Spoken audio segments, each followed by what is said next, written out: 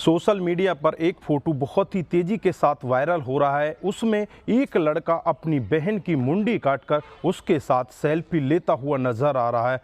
दोस्तों, जब ये मामला तमाम लोगों के पास पहुंचता है तो लोग बाग तरह तरह के इस पर कमेंट करने लगते हैं। इधर ये मामला पुलिस के पास भी पहुंच जाता है। जब पुलिस फोटो की जांच पड़ताल करती है तो पुलिस को पता चलता है कि ये हाल फिलहाल में ही अपलोड किया गया फोटो है। पुलिस उस लड़के के बारे में सोच ही रही होती है, उससे पहले वो लड़का खुद पुलिस स्टेशन में आ जाता है और आकर अपनी गिरफ्तारी करा देता है। पुलिस वालों को यही दिखाना चाहता है कि मैं बहुत ही बहादुरी का काम करके आया हूं। उसके बाद जब पुलिस उसे अपने पास बिठाकर उससे पूरी घटना के बारे में जानती है तो ऐसी कहानी बताता है जिसे सुनकर आपके पैरों तले जमीन खिसक जाएगी। दोस्तों, ऐसा उस लड़की ने क्या किया था जिसकी वजह से भाई अपनी बहन की मुंडी काटकर उसके साथ सेल्फी लेकर उसे सोशल मीडिया पर वायरल कर देता है। आइए दोस्तों, जानते हैं पूरा मामला क्या था। नमस्कार, जय हिंद। आप देख रहे हैं APH न्यूज़ राहुल रावत के साथ। तो दोस्तों, आज की जो मैं हकीकत की घटना आपको बताने जा रहा हूं, महाराष्ट्र में एक शहर पड़ता है पूना। ये पुणे की ही हकीकत की घटना है। 21 जून 2021 का ये वाक़या है। यहाँ पर एक लड़की जिसका नाम होता है प्रीति, उसी का एक बॉयफ्रेंड जिसका नाम होता है अभिषेक, ये दोनों एक दूसरे से हद से ज़्यादा प्यार करते हैं। एक दूसरे के साथ जीने मरने की कस्में खाने लगते हैं। घर वाले इनकी शादी के लिए मना कर देते हैं और 21 जून 2021 की दोपहर करीब 2 बजे का वक्त होता है जब ये घर से दोनों फरार हो जाते हैं और फरार होकर कहीं दूसरे शहर में जाकर रहने लगते हैं। इधर जो घर वाले होते हैं, लड़की पक्ष और जो लड़का पक्ष, वो दोनों परेशान होते हैं। लड़की पक्ष को लोग बाग जीने नहीं देते, उसे तमाम तरह के ताने देते हैं। तानों से वो बहुत ही ज़्यादा परेशान हो जाते हैं और लगभग ऐसे ही 2 महीने का समय बीत जाता है। 2 महीने के बाद जो लड़का होता है अभिषेक, वो अपने घर वालों को फ़ोन करता है और घर वालों से कहता है कि मैंने शादी कर ली है और मेरे साथ मेरी पत्नी रह रही है, क्या मैं इसे घर लेकर आ सकता हूं। इस पर घर वाले उससे कह देते हैं कि कोई बात नहीं, जो गलती तुमने की है अब उसको हम आगे नहीं बढ़ाएंगे, तुम हमारे घर पर आ जाओ। फिर अभिषेक अपनी पत्नी प्रीति को बताता है कि हमारे घर वाले राजी हो चुके हैं, क्या तुम मेरे साथ में हमारे घर चलने के लिए तैयार हो। प्रीति भी खुशी खुशी अभिषेक के साथ उसके घर चलने के लिए तैयार हो जाती है और दोनों अपने घर पर पहुंच जाते हैं और वहां अच्छे से रहने लगते हैं। घर वाले भी उनका अच्छे से स्वागत करते हैं।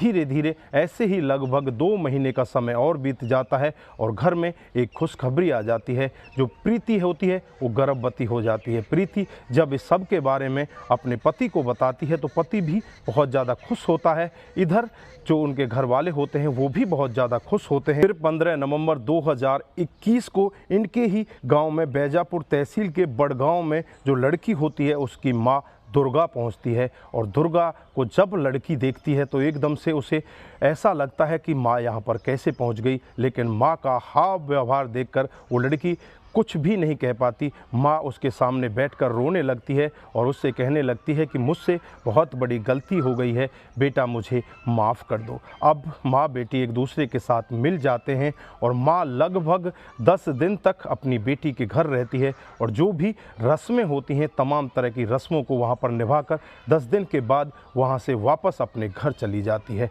और घर जाने के बाद 5 दिसंबर 2021 को दोबारा अपनी बेटी के घर पहुंचती है। उस दिन वो अपने साथ में अपने 18 वर्षीय बेटे जिसका नाम संजय होता है उसको भी लेकर आती है। घर पर अकेली प्रीति होती है। जो उसके घर वाले होते हैं वो घर पर नहीं होते, किसी काम से बाहर गए होते हैं। अब माँ और भाई को देखकर एकदम से प्रीति बहुत ही ज़्यादा खुश होती है। भाई भी अपनी बहन से माफ़ी मांगता है, उससे कहता है कि मुझसे बहुत बड़ी गलती हुई है, बहन मुझे माफ़ कर दो। इधर जो प्रीति होती है वो हद से ज़्यादा खुश होती है और अपने पति को फ़ोन करती है। पति को फ़ोन करके वो यही कहती है कि आज माँ और माँ के साथ में मेरा भाई भी आया है, आप जल्दी से घर आ जाइए। फिर प्रीति बहुत ही खुश होती है और किचन में जाने लगती है। उनसे कहती है कि मैं आपके लिए कुछ खाने को बना कर लेकर आती हूँ।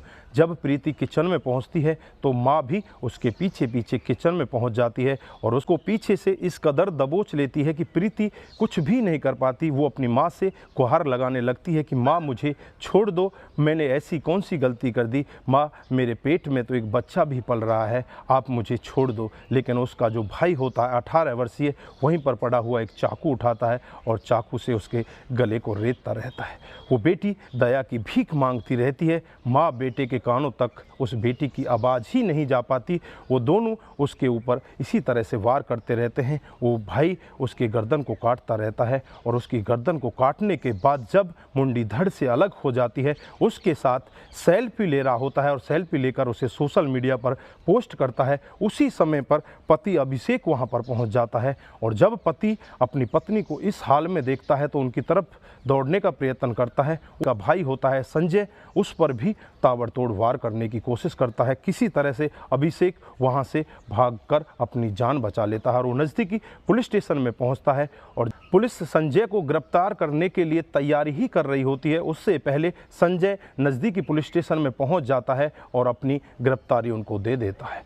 जब पुलिस भी पूरा मामला सुन रही होती है तो पुलिस के भी पैरों तले जमीन खिसक जाती है कि एक भाई अपनी बहन के साथ में इतना बड़ा निर्दयी कैसे हो सकता है। उसके पेट में तो एक बच्चा पल रहा था, इसने एक नहीं 2 लोगों का खून किया है। दोस्तों पुलिस तुरंत ही एक्शन मोड में आती है। संजय तो उनके पास होता ही है, उसके बाद जो संजय की माँ होती है उसको भी जाकर गिरफ्तार कर लेती है और गिरफ्तार करने के बाद इनके खिलाफ तमाम धाराएं लगा देती है।